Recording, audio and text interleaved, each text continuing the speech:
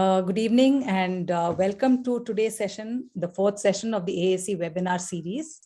Welcome to today's webinar. Today's webinar is about emotional regulation and our speaker is Akila Vaidyanathan. So to give you a brief, Akila holds a master's degree in psychology and she has extensive experience working with children and adults with autism. She's also the founder and director of AMAZE Charitable Trust in Coimbatore. And she's also the Vice President South and founding member of Autism Society of India.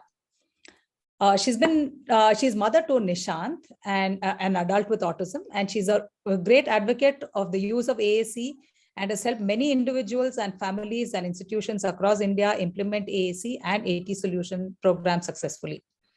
She's conducted several training programs related to behavior management, emotional awareness, and coping strategies as well. So handing it over to Akila, and I'm sure this is going to be a really useful session for all of you, especially because of her background with dealing with all of these emotions and strategies that she's been using successfully. So just before I hand it over, I'd like to again remind you that any comments, please add it in the chat box, and any questions, please add it in the questions panel. And she will answer all your questions at the end of the session, the last 15 minutes or so, after she's done with the presentation. So please hold on until then.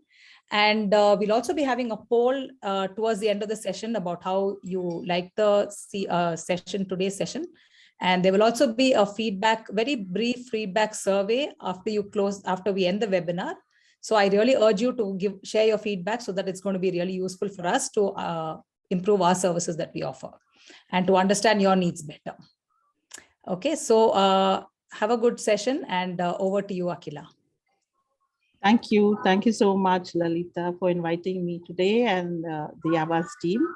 And it's really my pleasure to present on this topic that I hold very close to my heart because of being a parent, as well as seeing the need for teaching this specific skill to persons with special needs, especially children, and using AAC, which is even more precious to me because we generally think a person who is not able to communicate otherwise, we don't really think about going deep into helping them to express feelings. We work a lot on expressing thoughts, needs, requests, responding. So this is an area very close to my heart. So I'm really happy for the opportunity, and let's hope that you learn something at the end of this hour. So first of all, before we get into the strategies of dealing with emotions, I thought of just clarifying one thing that we use very interchangeably. We use feelings and emotions. They're not very different in that sense. They're very closely linked. Actually, the emotion happens, and then based on that, we feel something. So they are both very closely linked, but there are differences to the two terms. So I thought we'll talk about that first. And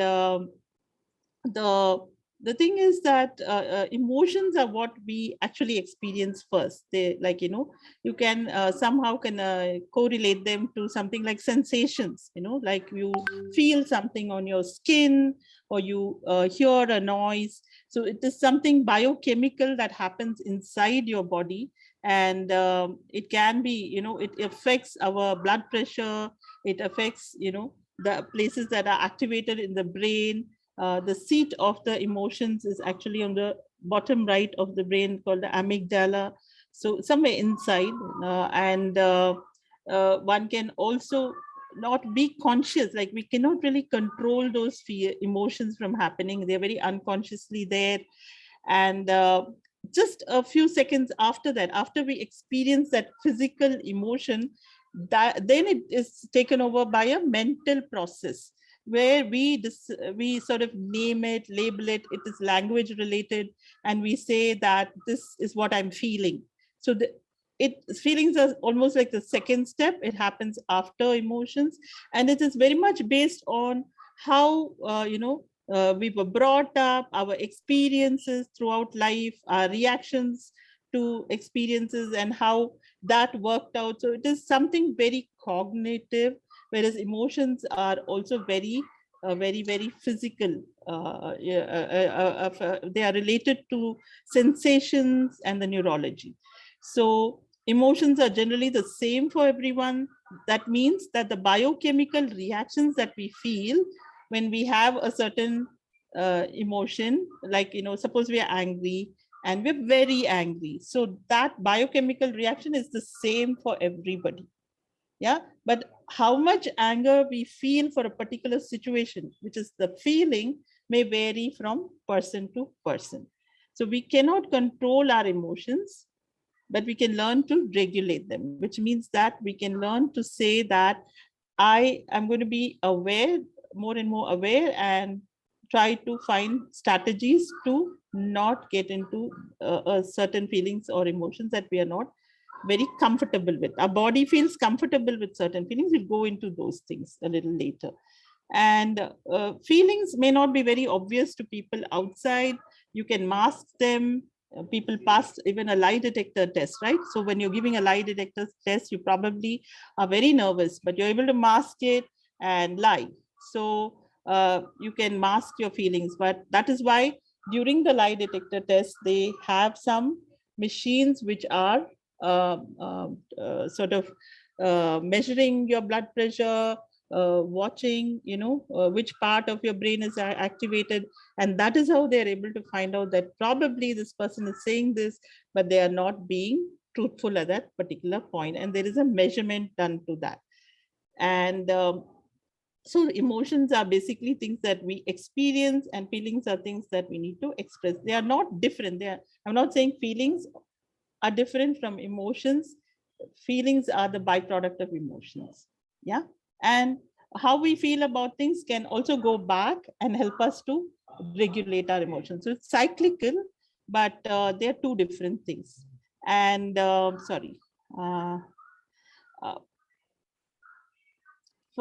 just to give you an example, I took up the example of a roller coaster. For example, it's a situation roller coaster. All of us have experienced, I hope. And with a roller coaster, what happens is that all of us have a feeling in the pit of our stomach, right? Usually there's a lot of excitement in the pit of our stomach, but some of us feel happy about it. We enjoy it and we are excited, but some of us are very, very scared. We are not comfortable with it. So that's where the same biochemical reactions are there in the body for both, people who are happy and excited, as well as the ones who are scared, but the feeling is different, if that example helped you. So going back to children, so when do children become aware of having these feelings? So studies say that as early as 2 years old, they are able to be aware of feelings and being able to use, even earlier they're aware of feelings and they do have emotions, but they're able to use feeling words in a particular order. It starts with happy, angry, sad, scared, surprised, and they learn to label their feeling. If you ask them, what are you feeling? They're able to say, I don't like it, I am surprised, or they show the surprise on their face. And the anticipatory games that you play with them, they respond to that, they feel sad. And even when they learn these basic words, they're not all the time accurate. When they say that I'm feeling this or feeling that, they may be accurate about 75% of the time. But when it comes to children with special needs, they may have difficulty processing these emotions, which are these bodily feelings, that sensations that they have. They may have difficulty understanding feelings in others, and they may also have difficulty in expressing the feelings to others because of the lack of communication and tools to be able to, or even the situation, the opportunity to be able to express these feelings.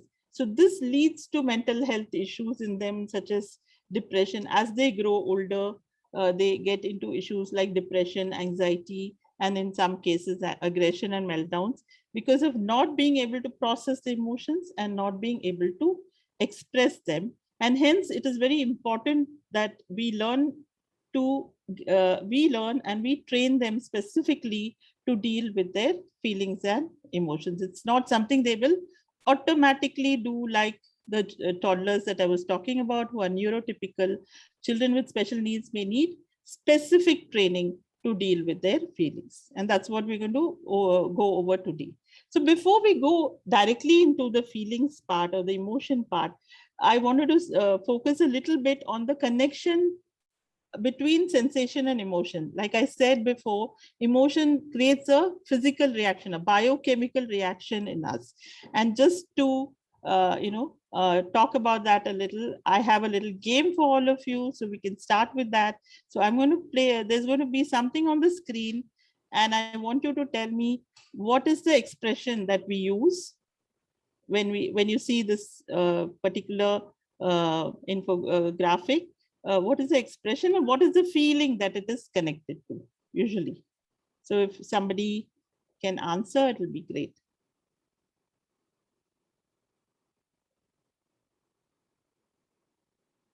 So yeah, Disha says butterflies in the stomach, and it's usually connected to anxious or being scared. So this one now, look at the second thing that has come up on the screen. So you're feeling pressurized, yes. So when does that happen? So weighed down, pressurized, when you're tired, when you're sad, overworked, yes. So you use the word, so we feel there's like a weight on my shoulders. So look at the connection. Even when we are using this expression, butterflies in the stomach, the feeling is anxious, but it is connected to a sensation in our body. This is what I want you to focus on. The feeling is tired and sad, but you feel it where? You feel it in your shoulders. So there is a physical reaction. What about this one?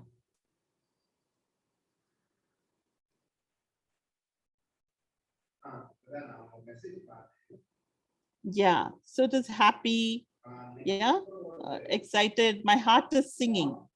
We say my heart is singing when we are, happy, excited, and all that. I just want to know, if, when I open the chat box, is it actually coming the way of your seeing the screen? If someone can just tell me that. So the final one.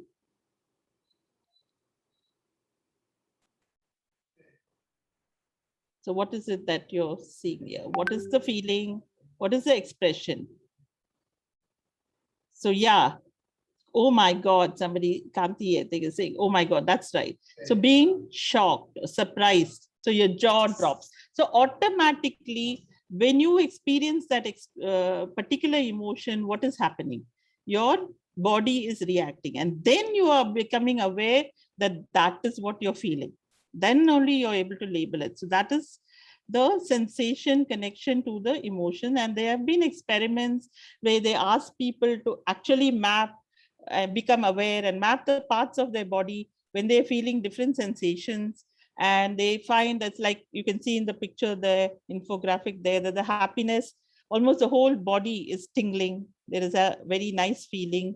And when you look at anger, there is the upper part of the body, and certain parts of the leg are becoming tighter, and it's activated in those parts of the body. The black parts in the diagram are not activated. The colored parts are where the activation is. And when you have fear, it's somewhere in your heart and your stomach. Can you see that? And then when you have disgust, where you don't like something, it is at the pit of your stomach. You feel like throwing up. That's why when you're disgusted. And when there is sadness, it is the extremities that feel very heavy. Your legs and arms feel very heavy, and the activation is decreased in the chest. So these are the sensation maps. And it's also been, studies have shown that across child development, these maps change for whatever you have as sensations as a child, what you experience as a child changes as you grow. For example, if you see the graphs in the right side of the screen, you can see that children, when they are 6 years old, don't have that much of anger. They actually are neutral about many things. But as they become, say, teenagers, look at them at 14 years or 17 years, you can see a lot of anger, a lot of disgust there. and they're not neutral. They are very, very specific about things. But then again, as they grow up as adults, the cynicism or the disgust is more, the anger is somewhere under control, but there is more of, cynicism, there is a bit of sadness, as well as being neutral about things. So it changes over ages also. So the reason I wanted to go over this whole thing with you is to say that it is very important that before we try teaching a child to express emotions, they need to be aware of the sensations in their body. That is a pre-skill.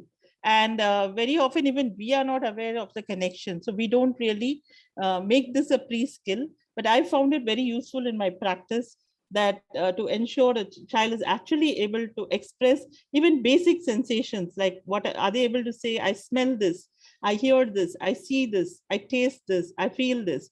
So if they are not, then it is good to teach this by mapping the sensation, and that makes them aware of their body, being able to express what is happening in their own bodies, and then we can go to the emotion level. So if they are not aware of their body parts, then one would also work on making them aware of the body parts itself. You can play a simple game, like Simon says, where you do some actions with them, and then you can ask them questions to express sensations in their body parts. And I will talk about that in a bit. So then you can go to, once they are able to actually say basic things like, I'm smelling a watermelon or smelling a lemon. I can hear a bell, or I can hear the radio, or the light is too bright. They're able to say those things. What is causing the sensation? Then it comes to describing the sensation itself. So being able to say it is hot, it is cold, it's warm, it's wet, it's smooth. So using, actually, you can use these items, place it on different parts of the body, and ask the child to say what is it that they're feeling, and teach them. So they need to become aware that these sensations are part of me. Now, when you look at children with special needs, especially with autism, they have sensory processing disorders, and they may have a disconnected, sensation map. So this will also help them to integrate that and reconnect that. Often you'll see in the OT sessions, they will be working on these areas. But if there is a gap, it is good to work on this and work on the communication of this.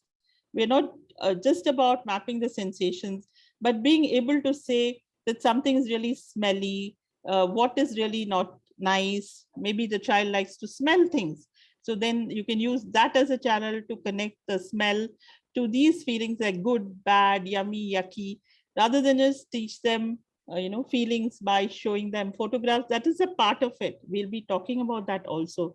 But it's very important to do this sensation mapping, connecting food items. For example, most of our kids are foodies, and connecting the tastes and smells, and being able to talk about the texture, the temperature, the taste. This will also clarify communication overall. They will be able to say that I like this because it is crunchy, or I don't like this today because it's too soft, things like that, or it's too hot, or you didn't put salt in my food, so it is yucky. So being able to communicate that is also a goal, but this is also a precursor to saying that, I am feeling really sad, or I am feeling really upset that this happened. So in order to get to that and feel that upsetness in their tummy or in their shoulder and recognize this is what I'm feeling, it requires some amount of pre-skills of being aware of sensations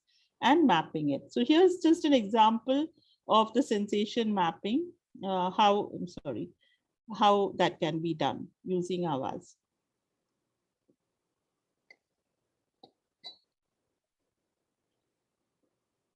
So this is Nishant, and I just took this video like a demo.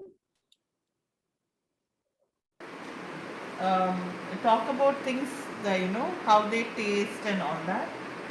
Just take this hot water and tell me, what do you feel when you drink hot water?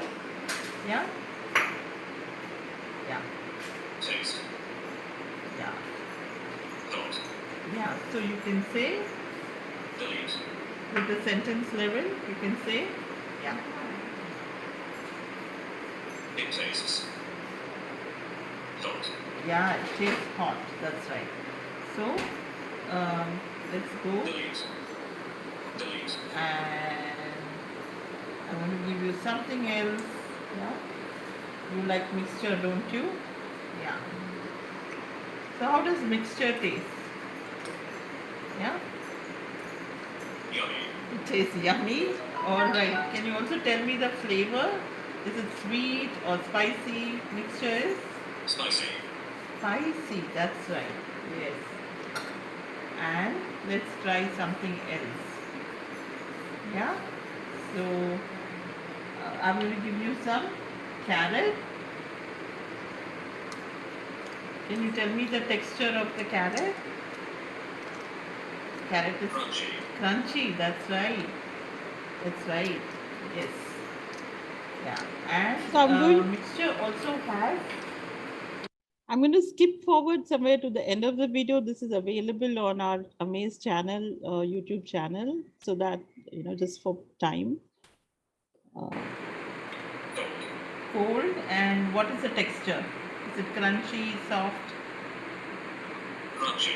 It tastes cold and crunchy. You can say that whole sentence. It tastes cold crunchy. That's for ice is cold ice. and crunchy. Yeah. That's right. Now what about you delete that? Can you delete that sentence? Clear. Okay. And biscuits? Taste it. Biscuits taste It tastes what? What is the taste of biscuit? sweet. And is it crunchy or soft? Soft. Yeah, biscuit is It tastes sweet crunch. soft. Yeah, crunchy and soft. Is it? So that way, when they become aware and are able to communicate with sensations, they are kind of ready then to go into the level of emotions at that point. Okay. So do go and have a look at that video. It's almost 4-minute video. So I'm not going to. So you need to have the tabs ready for all this. And Avaz luckily comes with some pre-made tabs for you. So I've just pointed out in the advanced body. So there are the body parts. So you can ask them which part of their body. Again, we expect children to share pain, but they need to be able to connect the sensation to the body part and then express. So if they say it's cold on my finger, or it's cold on my tummy, so that's when they can also say there's pain on my tummy, so, and then they're able to say, I don't like this feeling, I want to change it, so I need to do something about it. So all these things will come a little later. Then also there is a tab for the sensations, which is already there, which can be used initially, and then you can customize it as for your child. So when you come to feelings, this is the part that I'm supposed to talk about today, but I had to talk about the skills as well as the connection of emotions to sensations. So once that is established, one needs to teach them to recognize the different emotions and feelings, being able to express it.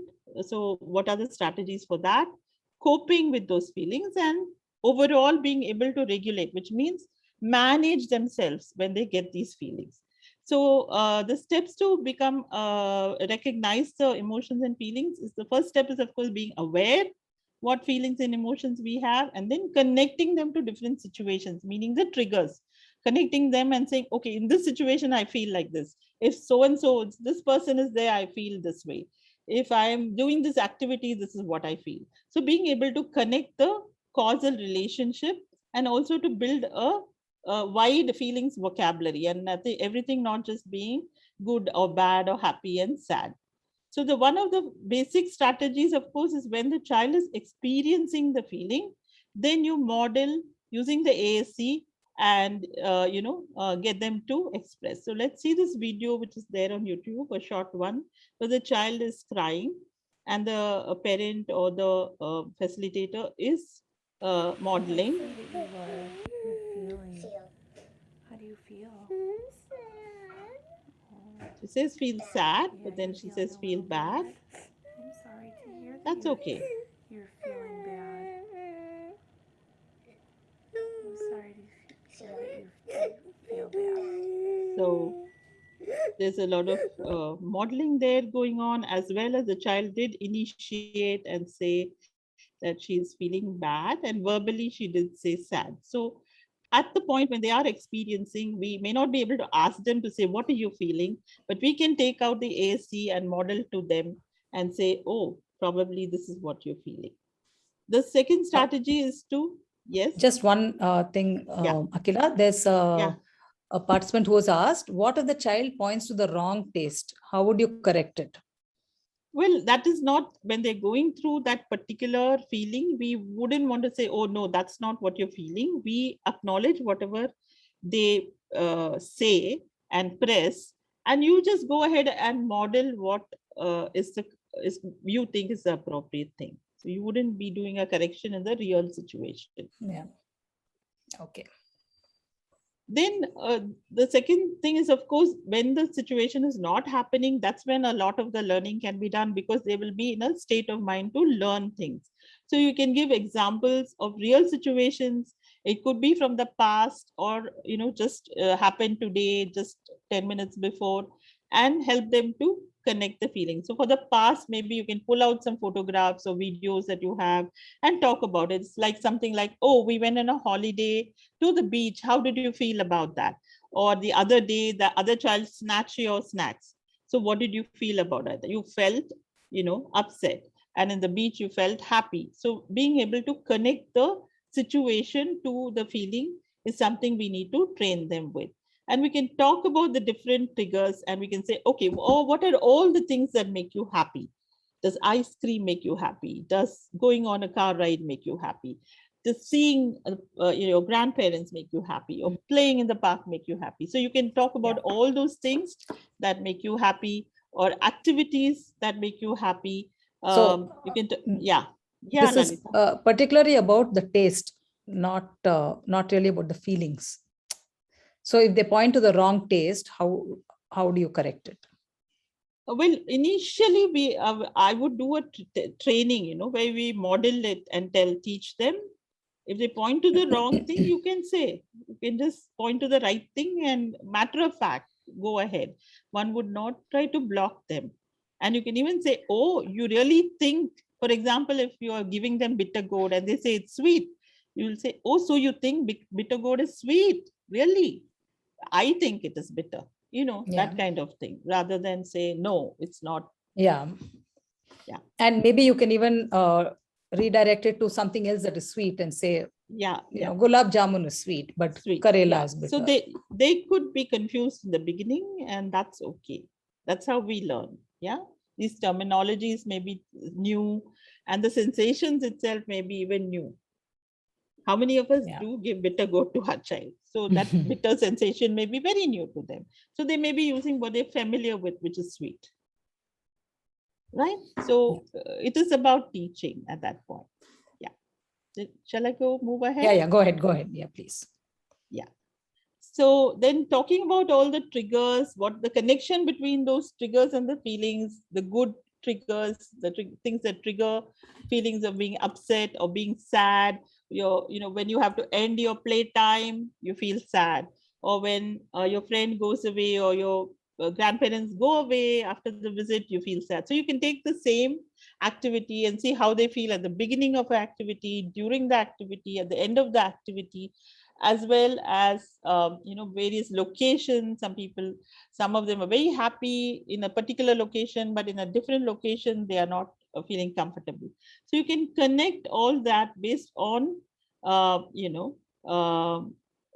the child's own experiences, and later on we can go to connecting it to the spoken word, the written word, the emoji, the vocabulary work can be done a little later. Initially, it can just be about connecting to the situations. So like an example here, where the child really likes swings and they make them feel happy, you can have an actual photograph of your child, and then you can bring the word happy, you're saying the word happy, and you're bringing in the emoji. So here it's just about teaching them that, or the classmate broke something, maybe the pencil, or took away their snacks or something like that, and how they felt angry about it. Or the dog, Maybe they lost a pet, or they lost a toy, or something broke, and how they felt sad about it. So here we are trying to connect these three things: the incident, the feeling, and the vocabulary. So these three, constantly we have to give a lot of input to train them to connect the three. For example, here, what do you think this man is feeling after a long run? So you can also do exercises like this, where you make them aware of feelings of others. Yeah.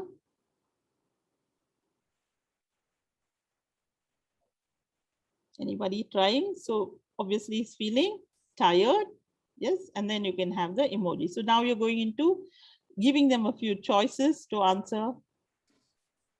Yeah. What do you think this man is feeling when he sees the dog so close? He feels.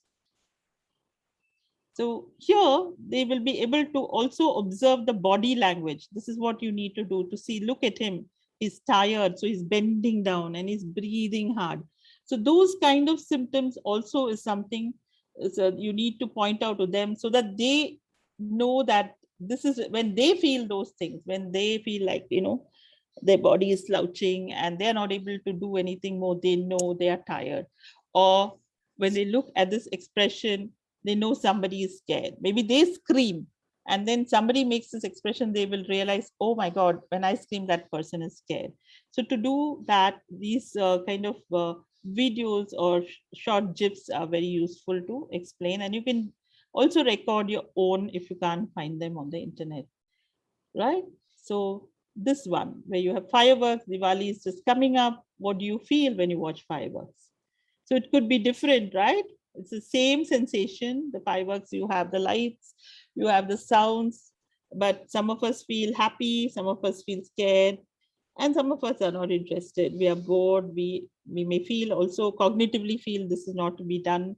So we don't like it. So there could be different feelings for the same situation. Yeah, so using familiar videos, playing favorite videos, recording yourself or the child expressing the emotions in real time and reviewing it with the child. And the way to review is to pause after some scenes and ask them to identify the feelings of themselves or the characters based on the sounds or expressions. Then you can also play the whole thing on mute and not, or only the sound, so that they need to get used to those sensations which are connected to the emotion in order to recognize that emotion in themselves. So there is actually, Disney made a movie called Inside Out. I'm not sure how many of you have seen it, where they personified the 5 basic emotions of happy, sad, scared, etc. So you can even get some footage from there. I'm just sharing a little clip here, where it is a video for identification of emotions based on first sounds, and then the visual comes up. So we'll just do a little bit of this, and the rest is available on YouTube. Ever wonder why you feel the way you do? Well, get to know your emotions.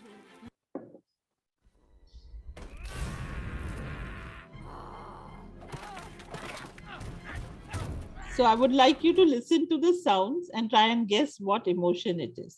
All right?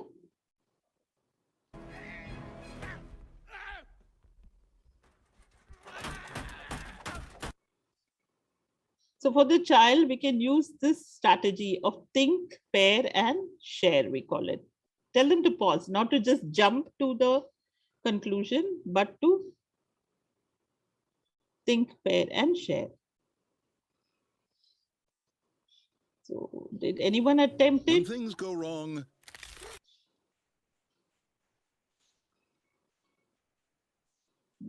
No one has attempted. anger is there. This is anger. He will make sure the world knows anger is in control. But what you really need to watch out for is when he's out of control. So this has all the basic 5 emotions. Do go and check it out, this video. I've shared the link below, or you can search on YouTube and you'll find it. The many emotions of Disney is what it is called. So it's important that they know the sound, what it looks like, and then label it with a word or a emoji. So the other strategies are matching the words with the pictures, emojis. We do this a lot. We do a lot of matching. We do a lot of labeling of the faces and emojis. So that's something I don't need to tell you. But if you do it after all this pre-work, it'll make more sense to the child, including familiar adults and the child themselves. Like here, it's a picture of Nishant. We worked on this close to 8-10 years ago, where I took pictures of him showing different emotions and try to label it. And then you can also do mirror work. So stand in front of the mirror, you show a face and the child shows the face. So they also recognize that this is how a person looks when they are expressing a particular feeling or emotion, and acting out these feelings also is a good idea. Of course, one can always do exercises like this, where you look at the face and say, which one is the angry face? Is it this one, or is the one at the bottom? And then this is one of the worksheets that we use for our emotional regulation literacy program that we run at AMAZE. So also, in which picture is the girl feeling silly? So you have 3 girls here. This one is obviously smiling, and she's looking a bit silly, and the other one is bored. So it must be this one. So things like that, also, of course, which mostly people do. Those strategies are also good, but just after they're able to understand and connect to the sensation and to situations is very important. So what is the person really feeling? So at this point, you're actually asking them to label it, know the spelling, pick out the emoji, and all that. So this is the vocabulary part. Yeah. The second step is to model by sharing your own feelings. So many a time as parents in front of our child, especially in our culture as Indians, we don't express our feelings and emotions in front of our child. But that really helps when we share. It really helps them to know that it's okay, first of all, and they also learn the vocabulary that we are using. They also learn to recognize the feelings as we show them, the facial expressions, the body language. It becomes easier for them to learn. The second step is to also articulate. The child may not be able to share the feeling, but when the child is feeling a particular emotions, to articulate it for them. Like we saw in the first small video, the child is sad and feeling bad about something, and the parent is articulating for the child using the AAC modeling, also verbally modeling. So it's very important. And encouraging the child to share feelings with a trusted circle of support. So the child should feel that they can trust somebody, right, to share their feeling, to let them know that these are the people you can trust. Also, that training is very important, to know the circles of trust. Yes, and having access to the AAC tools is also very important, right? So modeling, I've just given an example of sharing your own feelings. Suppose you're very upset, you drop your tea and the cup broke. It just happened to me just before the webinar, that I dropped my glass of juice. So you do feel upset about it, but it's important to share, saying, I'm feeling upset. And also stating the reason is very important. I was upset because I dropped my cup of tea and it broke. And using your voice, intonation, facial, I was upset that I dropped my cup of tea, and your body language, so that they also start, even if they are not verbal and they are not able to, communicate a whole lot, they will start learning when we model the whole body expression and use their whole body to communicate their feelings rather than just the words or the the AAC itself.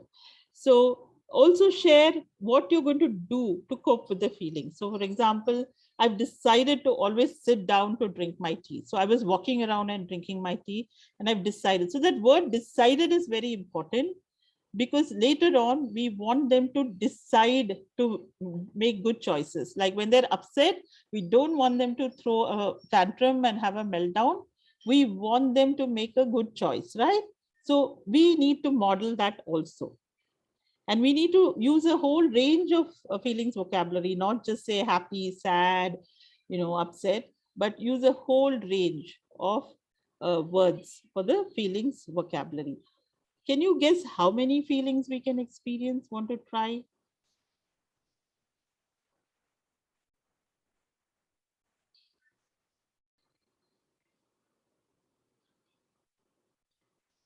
Anybody is trying? How many feelings do you think we can experience overall? Feelings and emotions. More than 100, Meghali says, never counted. Just want you all to take a guess. A couple of more guesses. 9 says Padma. More than 50. Well, in a way, all of you are not wrong. They say that we have some basic emotions, which are just 4 to 5 basic emotions: happy, sad, angry, scared.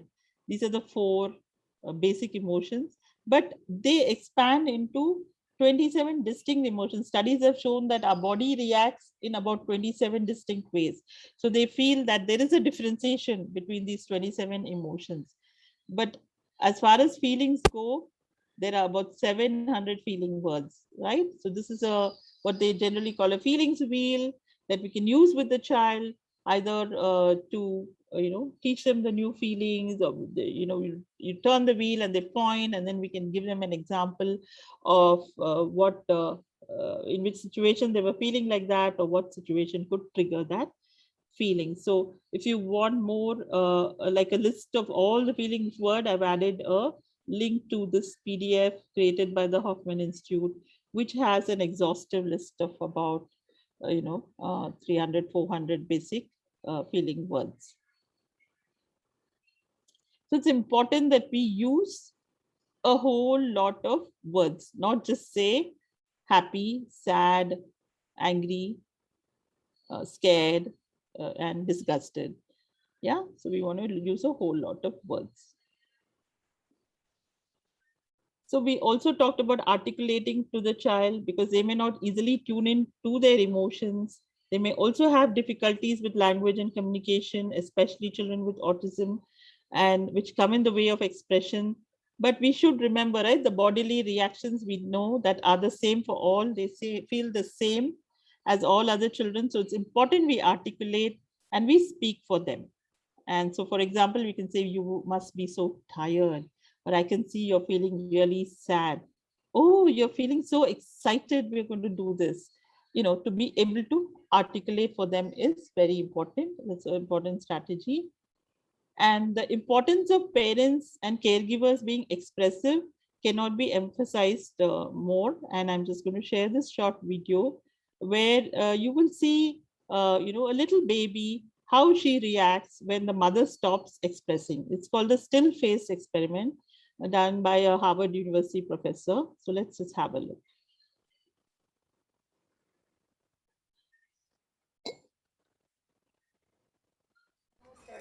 Babies this young are extremely responsive to the emotions and the reactivity and the social interaction that they get from the world around them. This is something that we started studying 30, 40 years ago, when people didn't think that infants Sorry, if I go to the chat, then it stops. could engage in social interaction. In the still face experiment, what the mother did was she sits down and she's playing with her baby, who's about a year of age. I'm like a girl.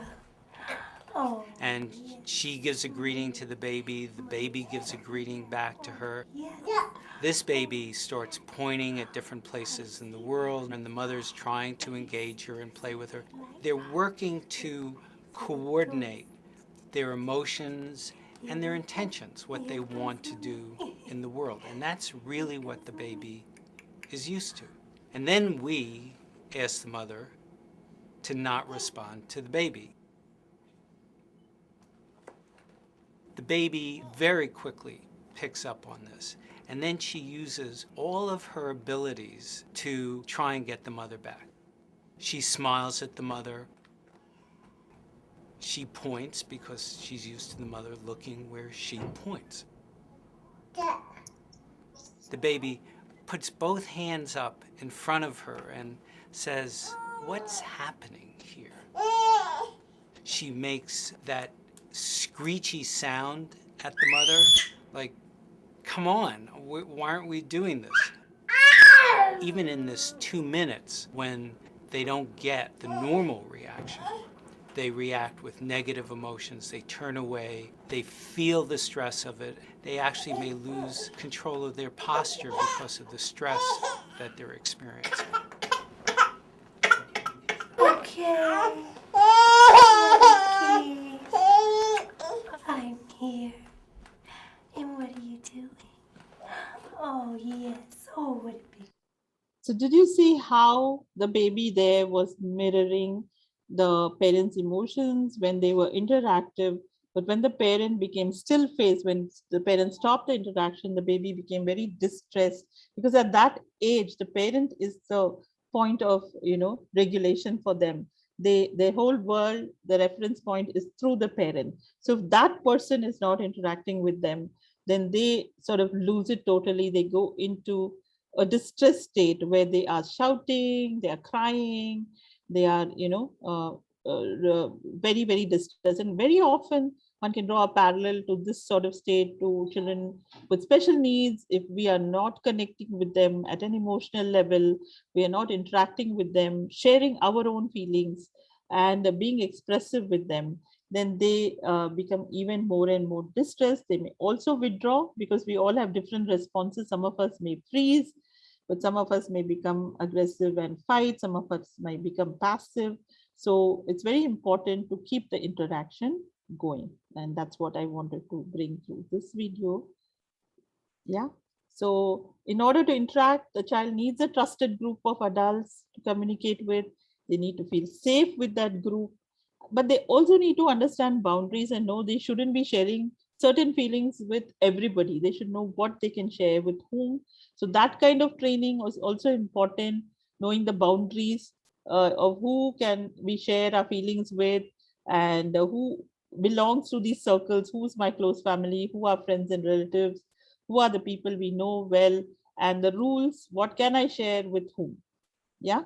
So what is the kind of feeling? Certain things are very private, very close. We don't share with everyone. So no, this sort of training is also very important. And last but not the least, they need to have access to express, including AAC tools, right?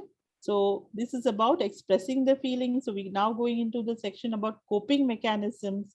How do they cope with these feelings? So first of all, we need to understand what are the feelings that we really need to cope with. We have feelings that are nice, right? Which like feelings like being happy, being peaceful, being, excited. We don't want to change these feelings. So we don't need much of coping mechanism there. But there are feelings that are not nice, where we're angry, we're upset, we're disappointed, we're jealous. And we need to know how to deal with those feelings and come back to a state where we feel okay, right? So this is what we call as the coping mechanisms that are needed for these kind of not nice feelings. So they need to also understand what are nice and not nice feelings, and then they need to practice the coping strategies, also understand what kind of choice they can make at that point when they're having this bad feeling. And they really, for example, somebody hit me. So what is the feeling that I'm really having? I'm really getting angry, they hit me, or they shouted at me, and I want to hit back at them. That is what I feel. But is that what I do? I don't want to do that, right? I don't want to do the same thing that the other person did. We know that's a bad choice. So being able to understand what is a good choice, what's a bad choice, having visuals and cues that allow me to follow these strategies real time, having the practice. Practice is very important, because these are all habits. It's not just about knowing things. So having the practice to cope with is also important. So first step, knowing what is nice and not nice. So this is an easy exercise. You can talk to them. The nice emotions are the ones we want to keep. We don't want to change them. And not nice emotions are the ones that we want to change. Like happy is a nice emotion. We want to keep it. We don't want it to end.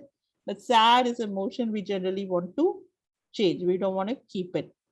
Similarly, we can also use a lot of techniques we use in our practice, drama techniques, using masks, games, role play, to also become aware of, how we feel in different situations, and how the expression is on the other person's face, our face, the intonation, body language. So this is also very important. And in this, we can also rehearse the new habit or the good choice that we're talking about, rehearsing that. It's called a rehearsed response, where I know this is going to happen to me, but and this is the way I feel like reacting, but I practice a new response. So this can be done using drama. I've just shared some visuals of some of the drama sessions that we do. We use masks to interact with the child. We do face painting and also create situations. So in the last one, you can see we are trying to enact the play of the three little pigs, and the three little pigs are really scared of the big bad wolf. So then they can sort of experience what it is to be scared, and then how the pigs came out with strategies to save themselves. So these kind of things, when we act out, it could be real situations, or it could be stories like in this Three Little Pigs story. So we could use something that they relate to. So always make it relatable to the child so that they are able to come out with the practice the strategies. So I'm just giving an example with one of them, one of the feelings that we want to cope, which is anger. And when we are really angry or very furious, sometimes it is an emergency situation. And so it's important that we understand, first of all, what all triggers our anger, and then knowing how angry we are. And we use something called the anger thermometer for that. And then we look at the symptoms of anger, yeah, and the bodily symptoms. What does your body feel? So that's very important. Right from the beginning, I've been emphasizing on that. And then the coping and calming strategies, and the decision making, the good choice and the bad choice. So let's go through it. So when you're listening to your favorite music, you just listen to it. What are you going to feel? So it could be different for different people. Music may be calming for some people, but for some of them, it may make them a bit upset. If, say, for example, you were listening, but the volume was too loud, so you may have become upset. So one doesn't go by one size fits all. It's a thermometer. It will show different readings for different people. Similarly, the same situation may trigger upsetness in somebody, may make somebody else calm. So it is important for the child to be able to understand, and this sort of a visual may help them to calibrate what they are feeling and share it with us. Or it could be that, your friends are not playing with you. How are you feeling? In general, normally if we feel upset, we may also feel angry, or we may feel very, very angry also, because usually they play, but today they are not talking to you. It can, evoke a range of feelings. Or somebody pulled your hair, how are you going to feel? So these kind of things where you give the situation and you use the thermometer so that they know what is the level of the feeling. That is something that they need to also be able to express. Yeah, it's very noisy and you have a headache. For sure, you're going to be very furious, and you're not able to cope up with that, right? So to understand the bodily expressions is very important. So how exactly does anger affect you? When you get angry, you can feel it in your body. Your heart beats faster, your breathing gets shorter, your muscles feel tight, you feel hot and start to sweat, or you might get butterflies in your stomach. Yeah, so understanding that when you get angry, your heart beats faster, your breathing is shorter, the muscles are tight is very, very important. Yeah, and the physical symptoms. Also knowing the triggers. These are all the triggers. And then we're looking at the physical symptoms. And then we're looking at choices. So when I'm feeling like this, what should I do? What is a good choice? So you teach them first, what are good choices? Maybe we can take a break. Maybe we can use our, device to communicate, or our words to communicate. We can take deep breaths, whatever works. See, taking deep breaths may work for one person. It may not work for somebody else. Like for my son, it worked till he was 13, 14 years old. And then if I started saying, take a deep breath, that'll make him even more angry, because he's actually going through something and then he doesn't want to take a deep breath. So it might work, might not work. So these choices are good choices very subjectively. So only if it works for that particular person, you'll be using as a good choice, right? And then you tell them what is a bad choice, like, maybe injuring yourself, injuring others, destruction of property. Obviously, these are all obvious bad choices. And so you teach them that this is a good choice, this is a bad choice. This is a very cognitive exercise. It alone will not lead to regulation, but we'll be talking about that just in a bit. So shouting or screaming is also not, or having a meltdown maybe is not a real good choice. So being aware of that is very important. But let's just see this video where a child is trying to learn these things.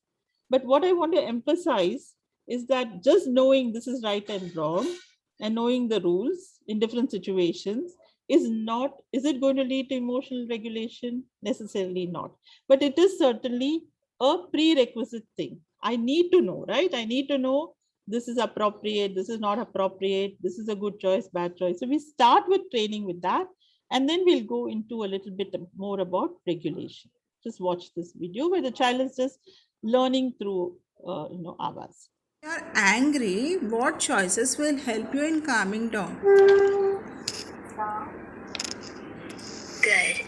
And which one has not so good results? I mean, which does not help you in calming down? Bad. Bad. See, we get very close to someone. Good choice or bad choice? Bad.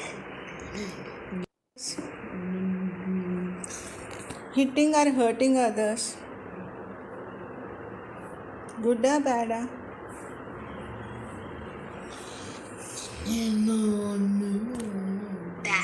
Very good, Sanjit.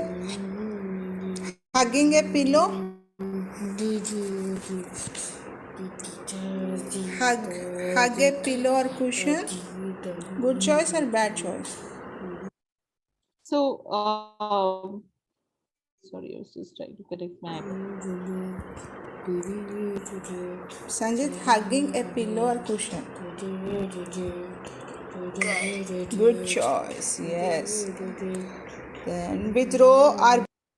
So this is just an exercise where we are showing some situations and trying to tell them that is this a good choice or bad choice. But then this alone will not lead to emotional regulation. So first of all, in the real-time environment, when the child is going through a particular situation, we can remind them of all the good choices they can make.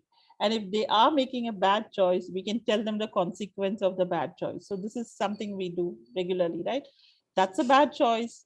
Hitting, somebody is a bad choice. And if you're going to do it again, this is going to be the consequence. So that way we are making a very cognitive sort of thing. But in order to be able to come to emotional regulation, one needs to also make it a habit. Just knowing good and bad is not going to make you control yourself in a particular situation where there is a huge trigger. So when there is the trigger, what we go back to is our habits and routines. Like I gave you the example, if somebody hits you. So if somebody hits you, what is your tendency? Is to try and hit back. Or somebody is shouting, you raise your voice also. Now I had to learn that when my son, for example, is having a meltdown and say he's screaming, I need to not also scream back at him. It worked at counter purposes because he was shouting, I was shouting back, but he doesn't have the capacity to understand that he has upset me and to regulate himself. So I had to learn a new habit that whenever he shouts, I'm not going to give eye contact. I'm going to be matter of fact. I'm going to just help him to, redirect him to a better place or a better choice. So that came by practicing and replacing these habits and routines that we have from our childhood to a new habit or routine. So it comes from a lot of practice, lot of training, lot of rehearsal, lot of role play. So just knowing the rules, knowing right and wrong will not bring regulation.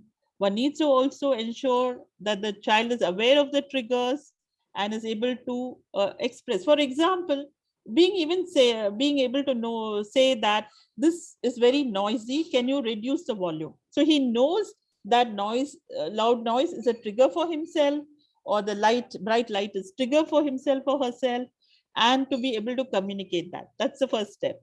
And being able to communicate that as a preference or choice, not really say that put the lights off, but saying that this bothers me and this is my preference. And then also if the preference and choice is not there, to have a new habit in place to cope up with it, to say, excuse me, then can I just leave the meeting, or rather than just scream and have a meltdown, or can I just have a break?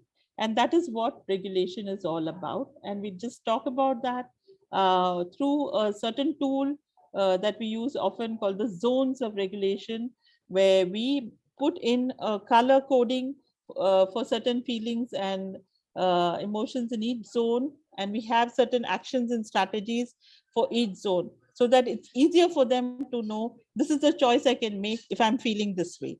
So having that is very important, and being able to request for certain actions in each zone. So when you're looking at a green zone, for example, we're looking at emotions like calm, happy, alert, being okay. And this is a zone where you can go. Yeah, you're ready to work. You can choose any activity. So this is something they can be aware of, that when I'm feeling like this, that's when I should start doing any work. So sometimes you see children, especially with autism, they go by a schedule, right?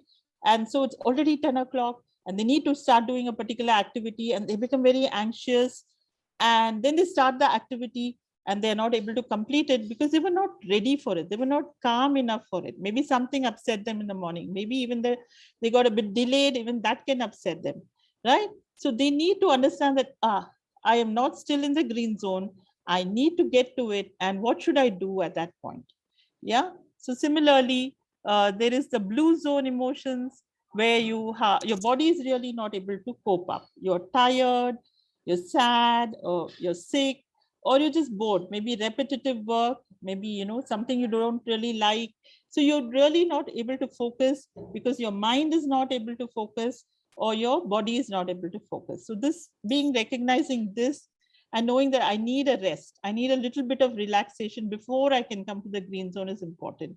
So knowing the strategies, what I can do to in fact come back to the green zone. Suppose I was just bored, maybe I can do a preferred activity like listening to music or some art, or even some cooking, or eat a snack or something, and then come back to the green zone. Or if I'm really tired and sick, then maybe I need to rest before I come back to the green zone. So we need to teach them these skills. For example, the yellow zone are things that are disturbing. They're not able to focus on the activity because they are either feeling very hyper and silly, or they're very upset and frustrated. So their mind is occupied with something that is bothering them, or their body is slightly out of control. So they are not able to focus. So usually this is a state where we tell them to take a sensory break, a sensory activity that will help them. Like if they're feeling really, they're feeling really hyper and silly, probably deep pressure will help, wall push-ups will help. Or if they're feeling really upset, maybe walking a little bit or playing with some fidget toys may help. So they can choose an activity that will help them to then get them back to the green zone where they can go back to work. So every time they need to take a break, they need to be aware of that and be able to articulate and say, this is what I'm feeling and I need a break and I'm going to do this activity so that I can come back. And that is what regulation is all about. And we need to practice this over and over again for them to be able to use it. So the red zone, of course, is where they have these out of control emotions, where they're angry, they're furious, they're shouting, hitting, maybe crying uncontrollably. I've just given 4 examples, but it could be more than that. And this is a zone where they need to just stop what they're doing and just go to a safe space. So they need to learn to recognize that, and then maybe they need some time off, and then they can come back to the green zone. Or if they take some time off, they can even choose to do some sensory activity or take a little bit of other activities that divert them and then come back to the green zone. So this is what the zones exercise will help them with, to be able to recognize where they are and then use those strategies. This is based on the zones of regulation, the socialthinking.com, and materials are available there online also for this. Yeah. So it's very important, just going back to this slide of mine, for them to practice these things, make it a habit. Otherwise, it will not happen automatically when the trigger happens. So this is something that I can't emphasize more on. So good luck with practicing these things. Lalita, do we have time to sort of, I could Yeah, we probably can just yeah, play the show. Can I just show how it is on the Avaz screen, the zones? We have a little bit of time okay. for that. Little, we were already at run. I mean, it's already I know. 6-7, and So there are a this few is how- questions to be yeah. taken. Yeah. So you can set up a zone screen, something like this, and then you can have them color coded. So the feelings are there. And then when you press the folder, which says the action, so under that, as soon as you open the folder, the activities for go come up. Like if you go back and you go to the slow down, then the sensory activities come up. So that this is something that you use to train the child initially, and then they can use it to express the feeling and the action that they want. And there are also some quick actions at the end that I put, like Have a break and relax. having a break and relaxing, Sensory break. just asking for us. So quickly, even if they don't want to go to the Slow down. folder and choose, there is something Go that back. is in the main screen itself where they can Timer. say, I want the timer, that kind of thing, right? So yeah, with that, I come to the end of my presentation, and I'm happy to take questions. There is this feeling song, which you can go look it up in the YouTube. It's a really cute song, which you can play, and the children, if they are musically inclined, they might then connect to the vocabulary there and the strategies. Okay, thank you so much, Akila, for this enlightening session. I'm sure it's been of use to everyone. So before we take the questions, we'll just start with the questions. I'm just launching the poll. If you can please, all of you, rate the session. How likely are you to recommend this webinar to others? So we'd be really happy to get your feedback. This is just for us to improve our sessions and to see what is it that you're interested in.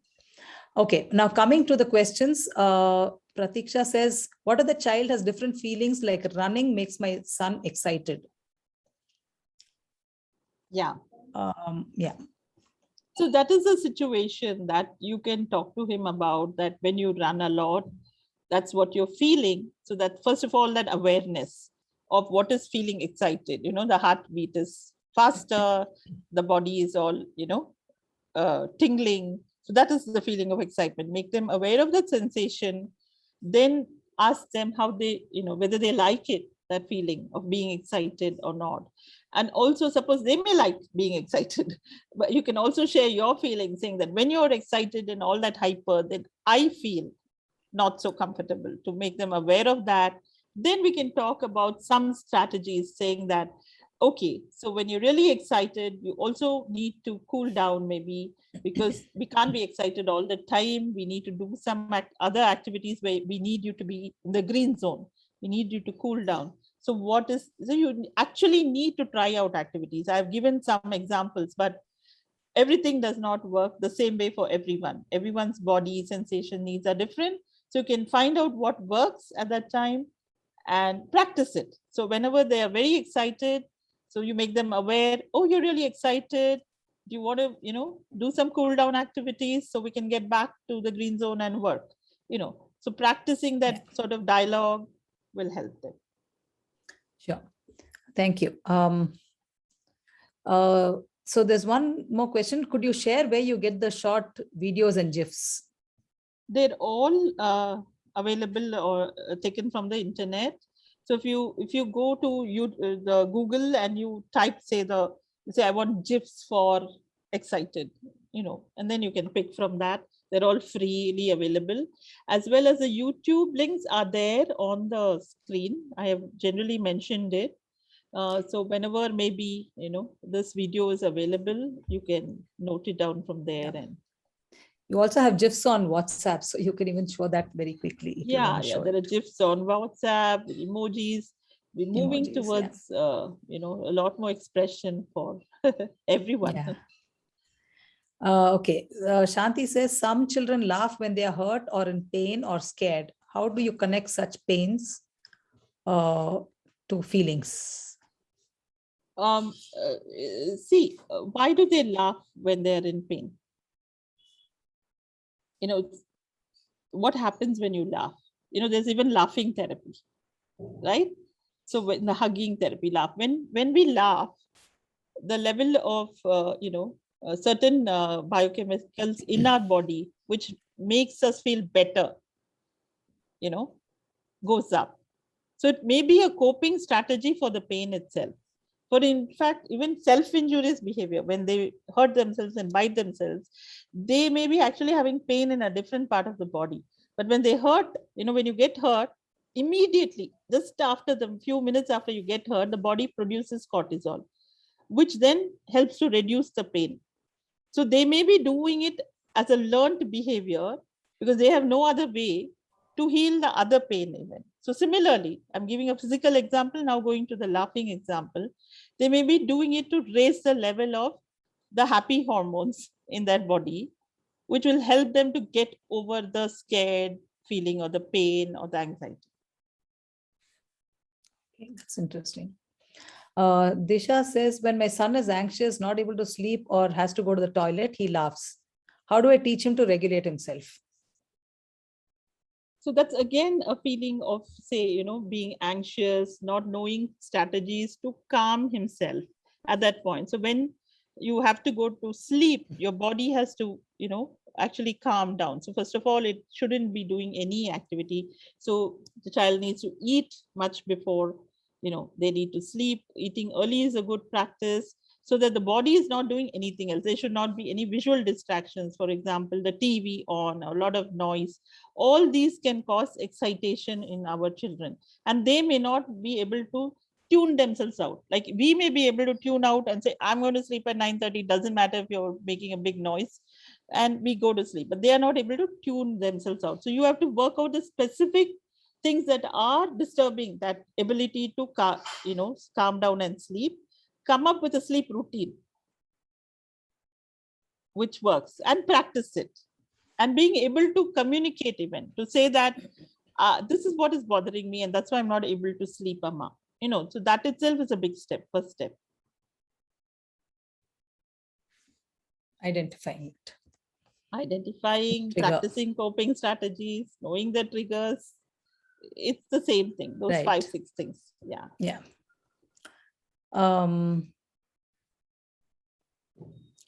Sujata says, said to the child, or using an AAC device does not help, as they may fling it.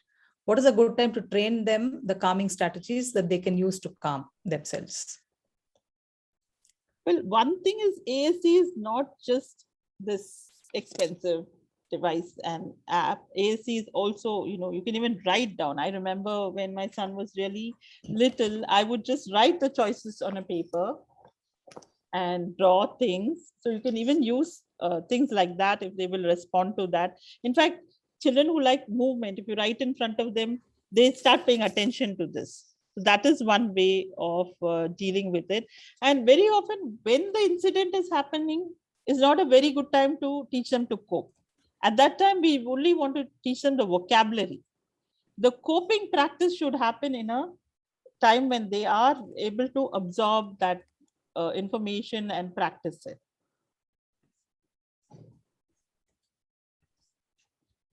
Yeah.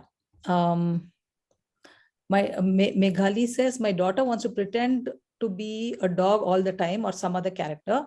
What could be the reason of it? Like when I hug her or anything, or like that, her expression is like my cute baby dog. So many kids like to be, the favorite character or something. It's just something they that love. They like being. So you can play along with them initially to say, oh, you are a little doggy now. So where is, whatever her name is, say her name is Nibi. And so where's Nibi hiding?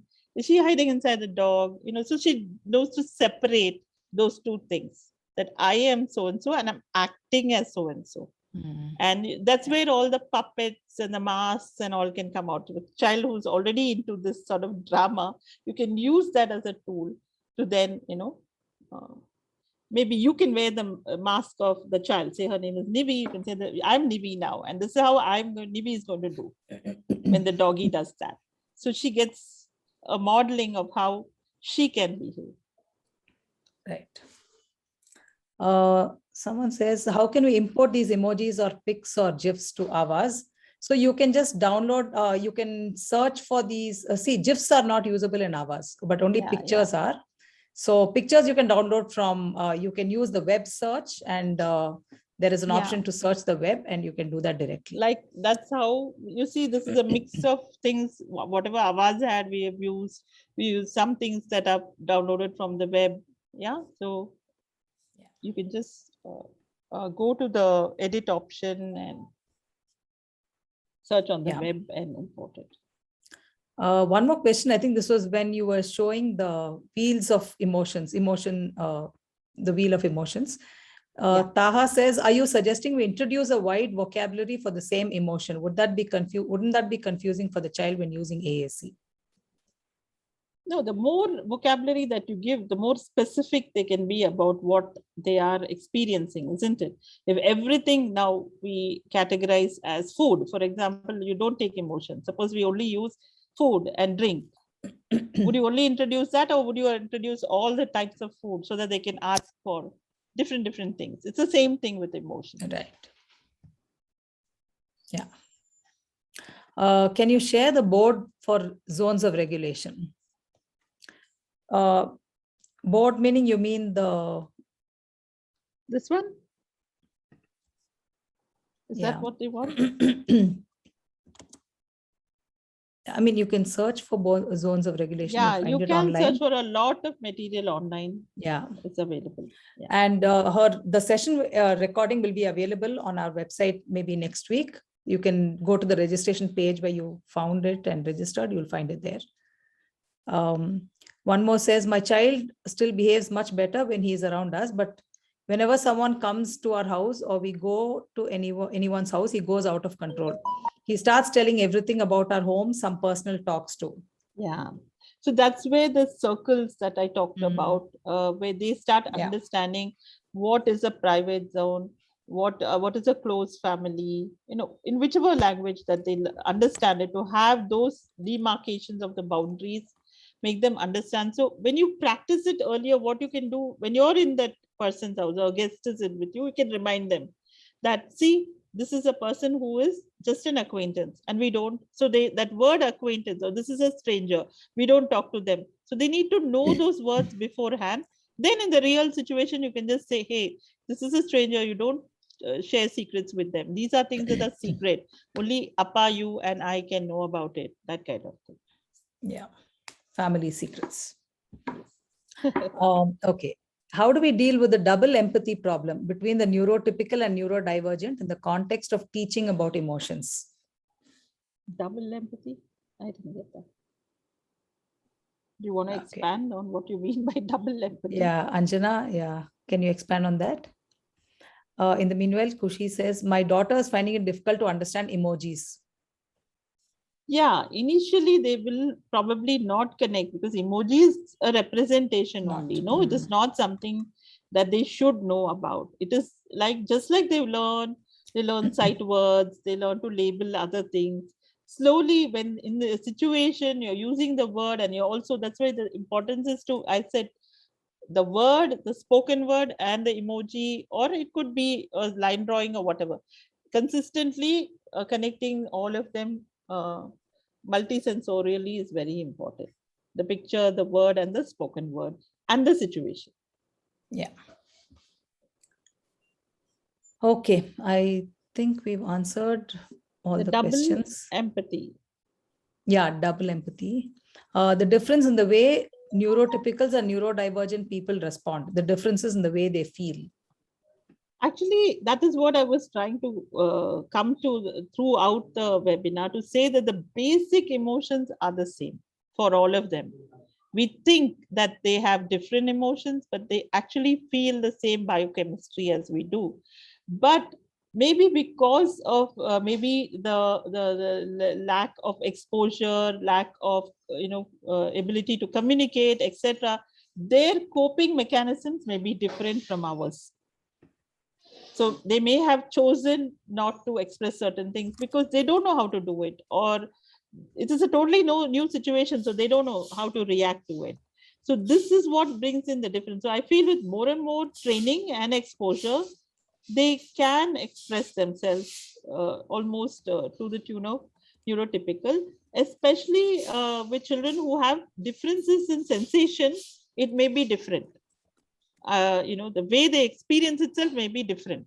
There maybe one needs to recognize that and work with that. Like, like I said, when you're nervous, our butterflies in our stomach. Maybe one child does not feel that sensation because of the neurological wiring they have.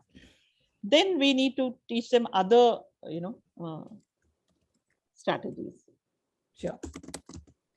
Disha says, I have two kids, one on the spectrum and another one is not.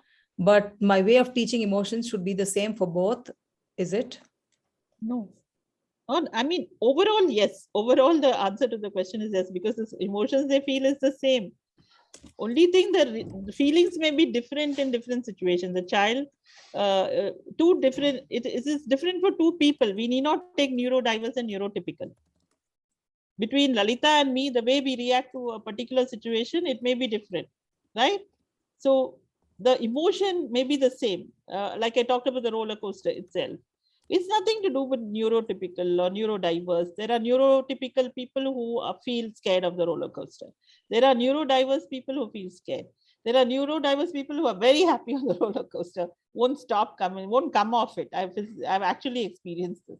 And there are neurodiverse people like, I mean, if you want to call me neurodiverse typical, I don't mind, but I love the roller coaster. I want to go on it just like they do. So I think these are in our mind. Okay, I think we've come to the end of the session. So thank you so much, Akila, for taking the time out to address this very important topic, and also something that everyone would love to know more about.